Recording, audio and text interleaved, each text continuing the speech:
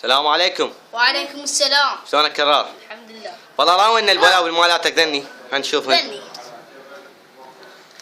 هذا الاخضر شو اسمه؟ والله هذا الاخضر اسمه اشعل بلبل. اشعل بلبل؟ ايه.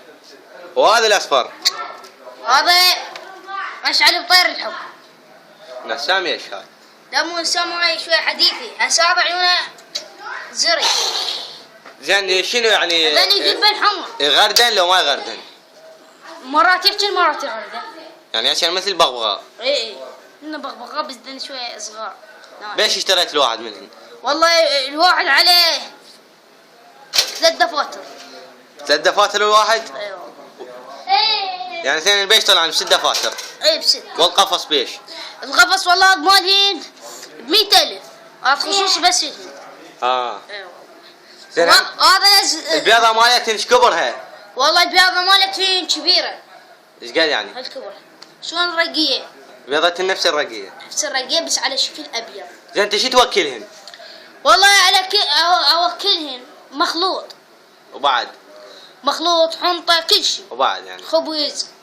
خبز هم ياكلن؟ خبز عادي. رقي بطيخ كل شيء. فواكه كلها. منين جبتهن ذني؟ هذا الأصفر عمره 50 سنة.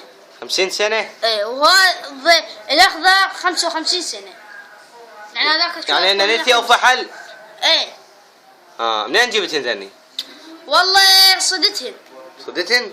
توني ايش قلت لك؟ مو قلت لك اشتريتهن؟ صح. والله قصدك انت يعني شو اسوي بيهن؟ زين يشربون شنو من ماي يشربون؟ ار ولا وسخ؟ ماي ارو. ايه والله لازم جامد. الجمد لهم. جمد. حاطين 2 على مود وحده بره وحده جمدهن. والله ساوي هاي البيت مالي. زين هذا البيت مالهن؟ ايه. بيض لو ما بي؟ والله بي 6. 6 بيضات؟ ايه. وش وقت يطلعن الفروخ؟ والله ما يطورن فات 5 اشهر. 5 اشهر يلا طلعت. اي والله. ايه ان شاء الله يتكاثرن اكثر واكثر. هنا بالصيف يتكاثرن كل اسبوعين يبيضن 50 بيضه.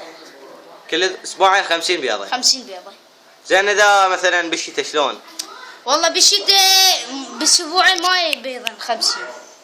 يبيضن قد 30 بيضه. 30؟ 30 25. اي والله.